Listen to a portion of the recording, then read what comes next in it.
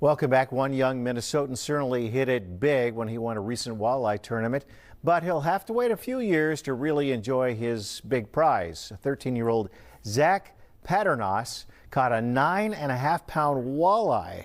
Wow, at the ice fishing extravaganza in Brainerd. His first place prize, a brand new truck. Zach chose a Ford F-150, which of course he can't drive.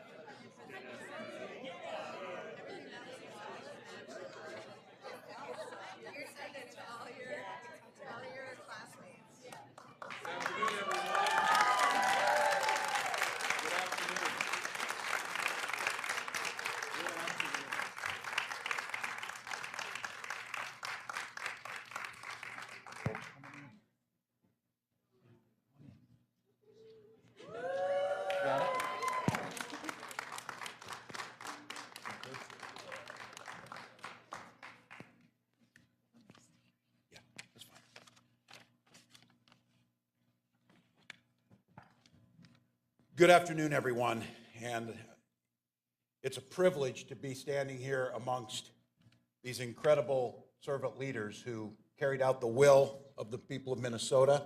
And the message that we're sending to Minnesota today is very clear. Your rights are protected in this state. You have the right to make your own decisions about your health, your family, and your life. In a few moments, we'll make sure that our state law reflects exactly that. On June 24th, the Supreme Court turned back the clock on reproductive rights, and on 50 years of personal freedom was taken from Americans all across this country. That day, the Lieutenant Governor, the First Lady, and I vowed to protect your rights in Minnesota as long as we had the privilege to be in office. And I want to say thank you to Minnesotans who showed up in November to make sure that we're able to keep that promise.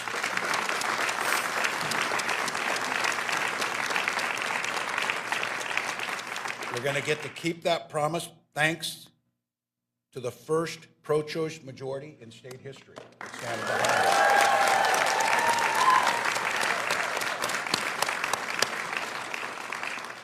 And it's certainly not lost on me and our DFL majority chambers in the House and the Senate are led by women. Speaker of the House, Melissa Hortman, and Senate Leader Carrie Dietzig.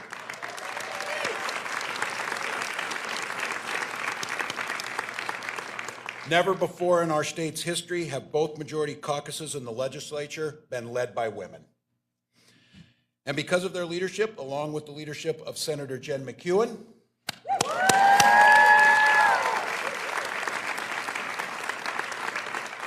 and Representative Carly Katiza-Watoon,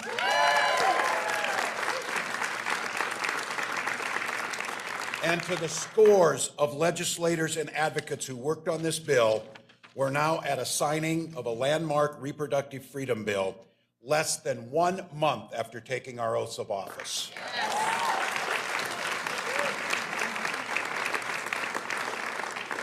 And after last year's landmark election across this country, we're the first state to take legislative action to put these protections in place.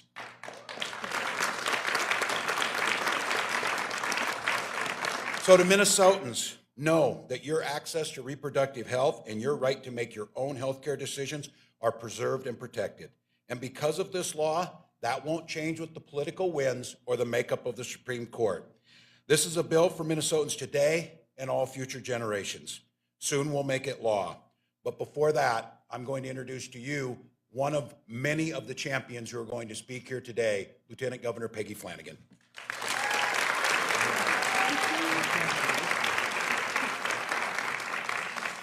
Whew. Wow. Well, this is a truly historic day, and because you are witnessing history, I wanted my daughter Siobhan and my niece Kate to be here to witness it, to know how hard generations of people have worked to get to this day. I, like so many others across the nation, was devastated when the Dobbs decision came out last summer. So I, like many of you I'm sure did, called my mom. She listened to my fears for my daughter's future and then told me she'd been preparing me for my whole life for this fight and for this moment.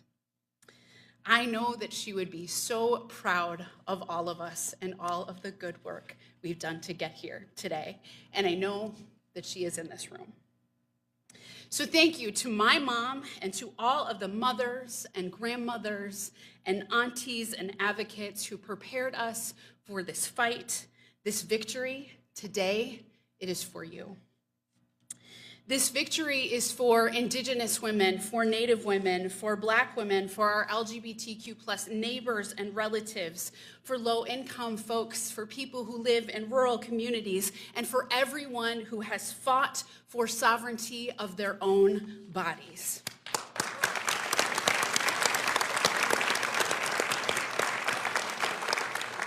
I am so grateful that we have leaders in our Minnesota House and Senate who made sure that this was one of the first bills to pass in 2023. And I want to recognize, along with the governor, that it was women who got this done.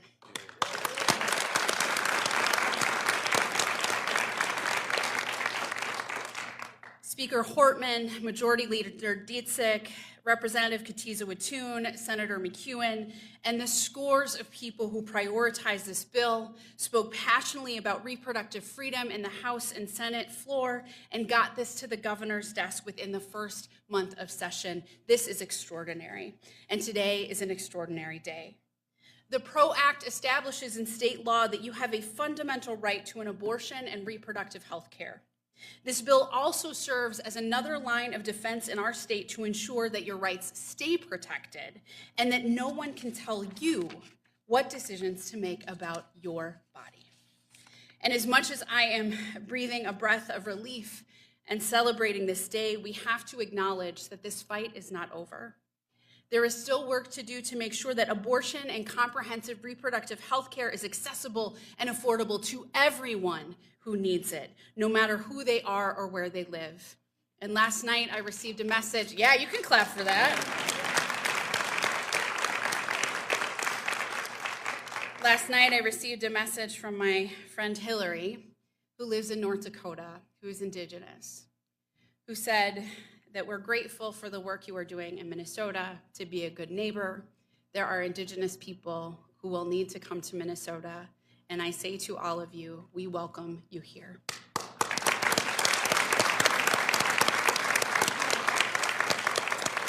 And while today is a great day in Minnesota, we must remember that so many of our sisters, our neighbors, our relatives, and our friends across the country have lost their right to make their own choices. My message to them is that you are welcome in Minnesota, and we are not done fighting. Thank you so much to everyone for being in this fight. Gitchi Miigwech, many generations of Indigenous people have been fighting this fight for a long time. We all stand on their shoulders, and we've got a lot of work in front of us, but today we can celebrate, and I am honored to be in community with all of you, and I'm so proud to have my daughter and my niece here. And I got through that without crying, so it was really exciting. So with that, someone who has been fighting this fight for a long time and whose leadership has been an incredibly powerful tool for justice for Minnesotans, Speaker Melissa Hortman. Whoa!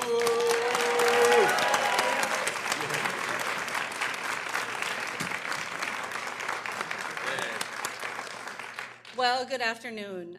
Politics is a team sport, and today's victory belongs to hundreds of thousands of Minnesotans. This victory took the effort of every single person who volunteered on any one of our campaigns, who got engaged in these campaigns, and who voted to protect reproductive freedom in the state of Minnesota.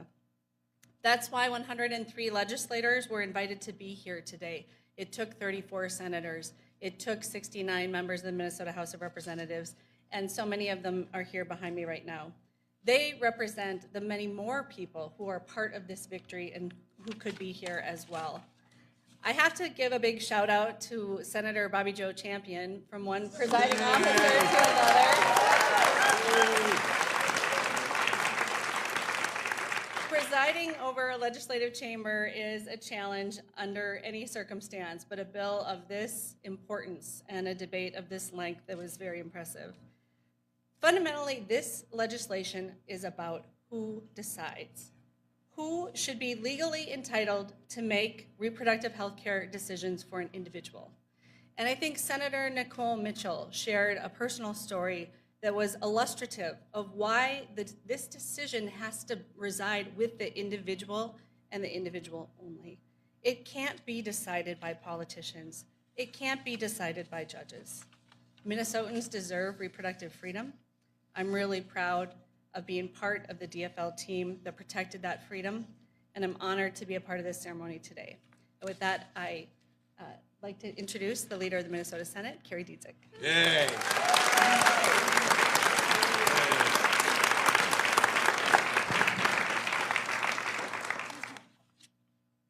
Hi, everybody. I'm Senate Majority Leader Carrie Dietzick, and today I am so honored to be standing here with these leaders, including the bill authors and the Reproductive Caucus members who had the courage to trust Minnesotans. We trust women, we trust patients, along with their licensed medical professionals, to make the right choice for themselves and their family when it comes to reproductive health care. Senate DFLers heard Minnesotans tell us over and over again, they don't want their children to have less rights than they did for the last 50 years. That's right. 7 months ago, when the Supreme Court overturned 50 years of precedents, Minnesotans wanted us to act. They voted us into the Senate majority in part because we told them we would preserve rights and freedoms, not take them away. Hey. Hey. On Friday and into the early morning hours of Saturday, the Senate DFL majority remained united. We had a sometimes thoughtful and sometimes difficult 15-hour debate. We heard many very personal stories, including, as Speaker Hortman said, Senator Nicole Mitchell's. And through all of that, President Champion presided over the Senate. In the end, Senate DFLers said, we trust patients, their families, their medical professionals to make the choice that is best for them, a choice that could save their life. We voted to make those rights and freedom part of Minnesota law. In both the Senate and the House, we voted to preserve access to reproductive health care. And as the PRO Act becomes law today, with President Champion's signature, Speaker Hortman's signature, and the governor's signature, Minnesota will be a safe place for reproductive freedom now and into the future.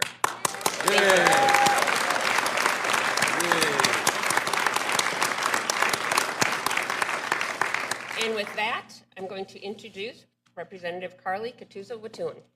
Thank you.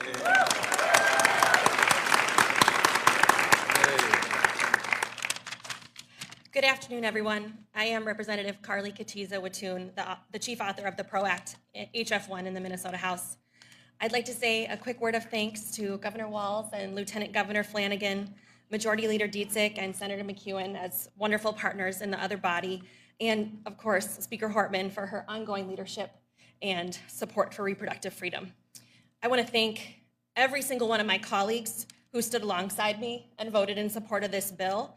And I want to thank the advocates, the medical professionals, the patients who have shared their stories, and the Minnesotans who have shared their support. We heard you. Thank you. Since 1973, when the right to healthcare privacy and bodily autonomy was guaranteed at the Supreme Court level, anti-choice organizations have been working to take it away. Since Roe was overturned, nearly half of all the states have banned or severely restricted abortion and other reproductive health care. Today, because you've shared your stories, because you trust your neighbors, because you rode your vote, Minnesota is making history.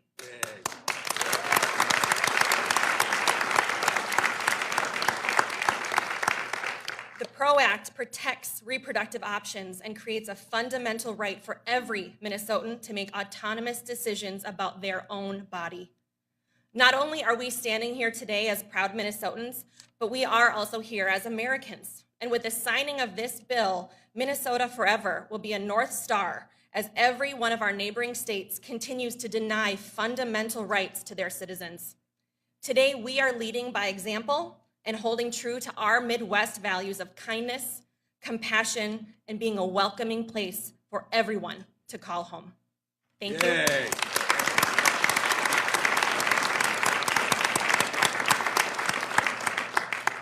Our work continues, and I'm going to pass it along to Senator McEwen.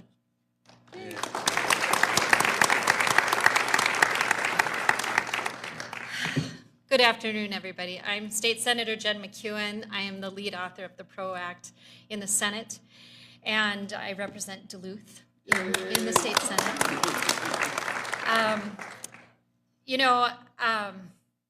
First of all, I just want to say also thank you. Thank you to each one of my colleagues in the Senate, and in particular, my DFL colleagues who stood firm and grounded in our vote that we took in the early morning hours Saturday.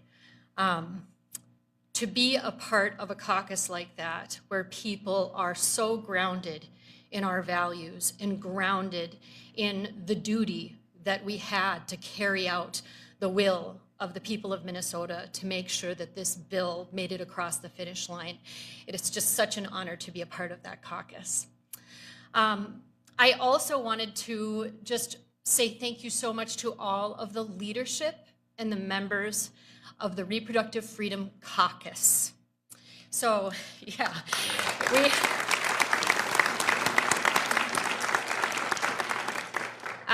a couple of years ago now, a little less than 2 years ago, a group of us in the legislature could really start to see the writing on the wall, that it was very likely that Roe v. Wade was going to be overturned.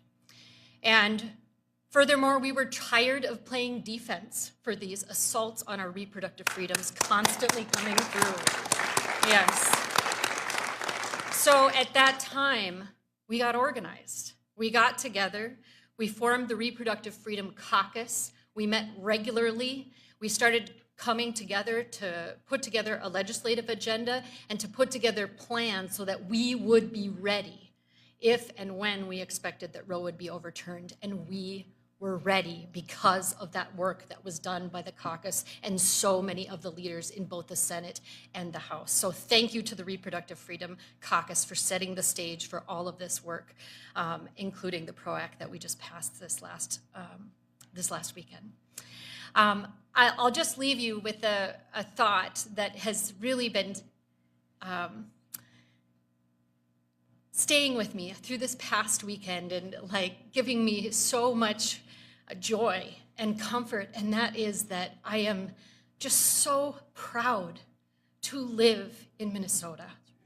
I am so proud to live in a community, in my community of Duluth, in my community of the state of Minnesota, that knows how important it is to protect and enshrine these liberties and freedoms, to make sure that Minnesota will remain this North Star lead in the Midwest, that we will protect individual liberties and freedoms. We will make sure that individuals have the right to make autonomous decisions about their own health care. I think I said that about 15 times or more on Friday night into Saturday morning.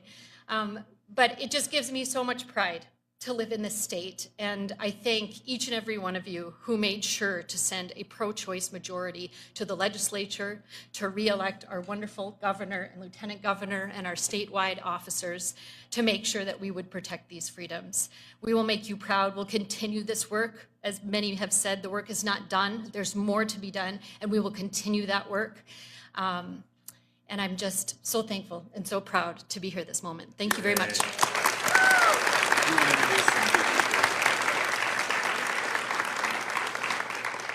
Thank you, Senator. And now I would like to invite up Liz Van Heel and Dr. Melissa Richards.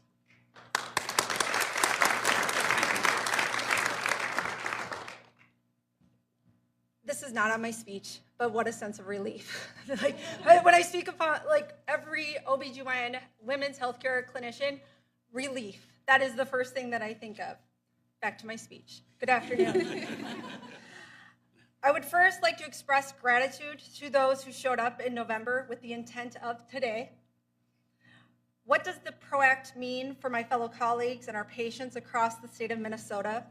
For a small but mighty group, it means they can continue to provide compassionate, evidence-based reproductive health care in Moorhead, Duluth, Rochester, Brooklyn Park, St. Paul, Minneapolis, Robbinsdale, and Bloomington.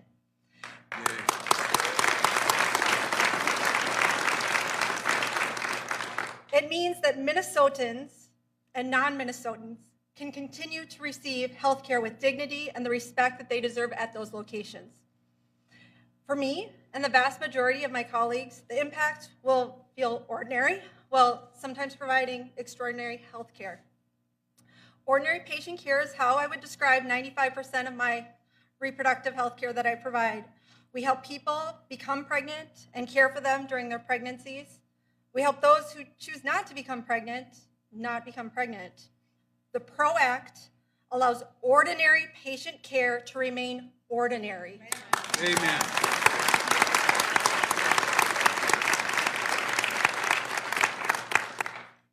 The other ordinary that requires extraordinary care in many of our practices is to navigate through the unexpected twists a much wanted plan for pregnancy can sometimes lead to.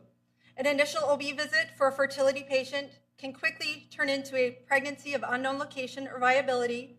A 2 a.m. trip to the emergency room can turn into a primer on periviable rupture of membranes, risk of infection, and sepsis. The much-awaited anatomy ultrasound can become a complex coordination of care when an unexpected, non-survivable finding is seen. These are just a few of the ordinary but difficult medical conditions, reminding us all of the privilege it is to care for our patients and their families. With the signing of the PRO Act, the people who will discuss the next step in healthcare management will be those who are in the exam room. That's right.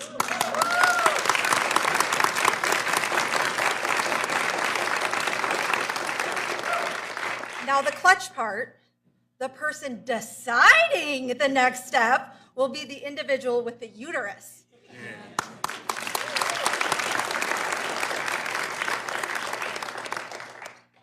Healthcare clinicians can continue to focus on providing medical recommendations based on our years of training, research, and clinical expertise.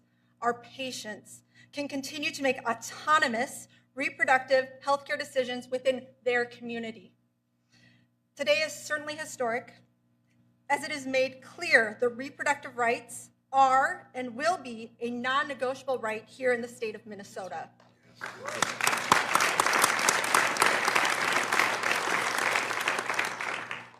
Now, with great appreciation, and we should all feel very humbled by this experience, I would like to introduce Liz to share her powerful story.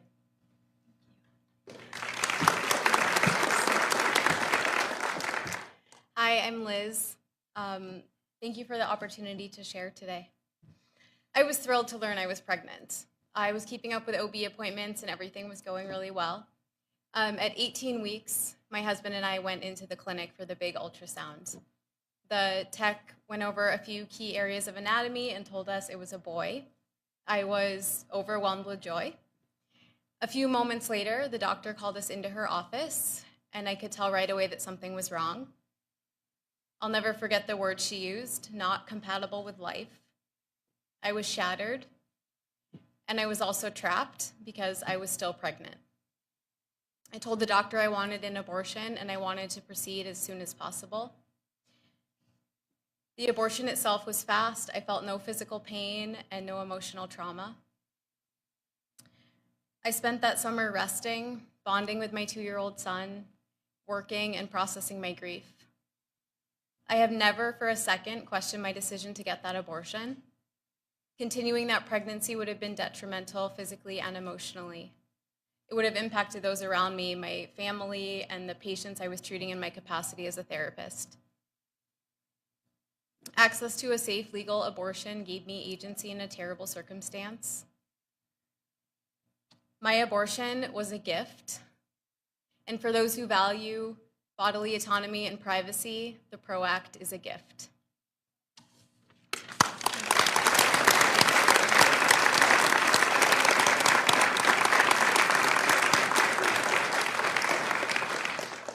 Thank you, Dr. Richards, and thank you, Liz. And with that, I would like to introduce Representative Ruth Richardson.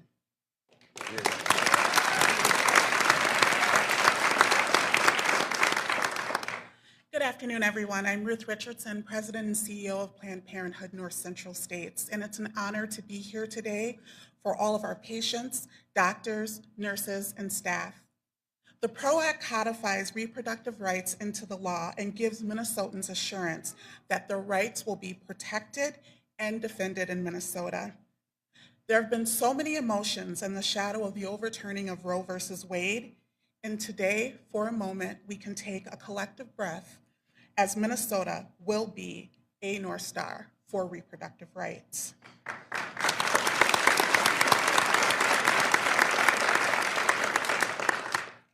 We firmly believe that every single person should be able to decide and control their reproductive health care and their lives.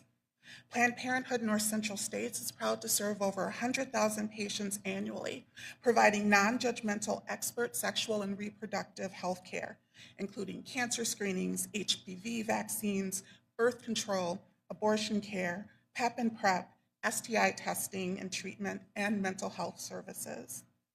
Since the Dobbs decision in June last year, we've seen a 13% increase in patients from outside of our region and a 40% increase in second trimester abortions. As we watch more and more states ban abortion, seek to criminalize abortion, and limit access to birth control and gender-affirming care. I'm immensely proud to be here for today's bill signing and thankful to everyone that made the PRO Act possible. This took a village to get to this point today, and thank you all for making history.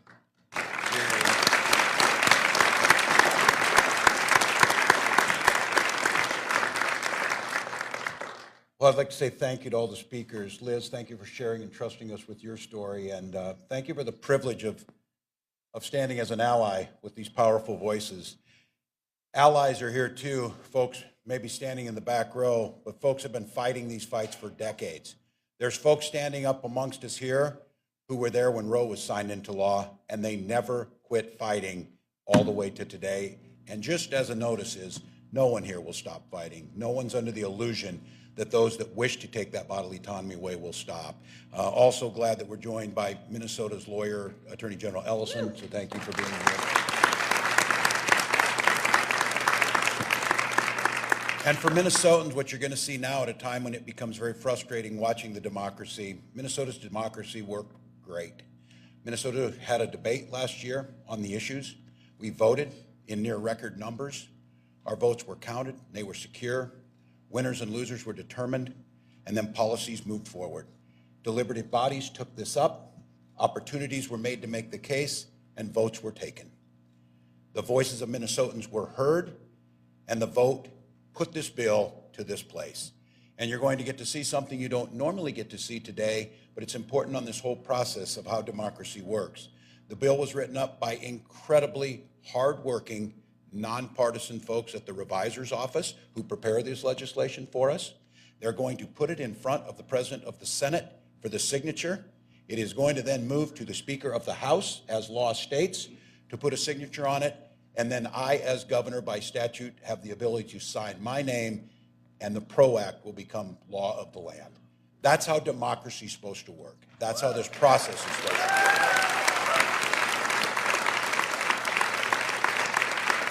And to the countless Minnesotans who were out on the streets in this debate, making their voices heard, making sure that you put people into elected office who would make sure they followed through on what the will of the people were, I want to say thank you to you. At this time, I'd like to ask Senate President Champion. And you won the coin toss, all right. Speaker Hortman to the desk.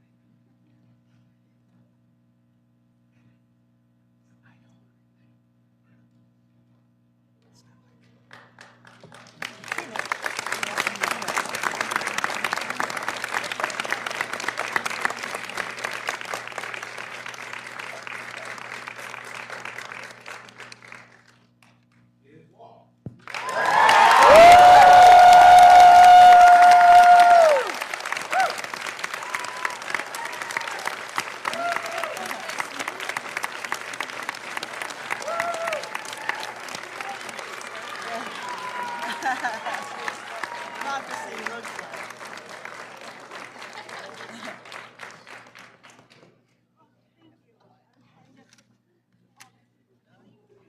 The deed is done. You did it.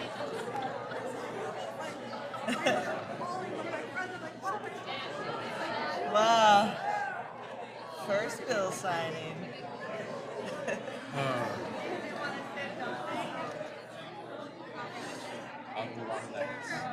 Yeah.